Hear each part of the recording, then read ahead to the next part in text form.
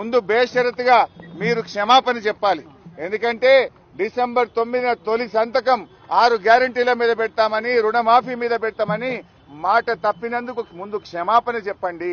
ఇకనైనా ఆగస్టు 15 అమలు చేస్తే మాకు సంతోషం.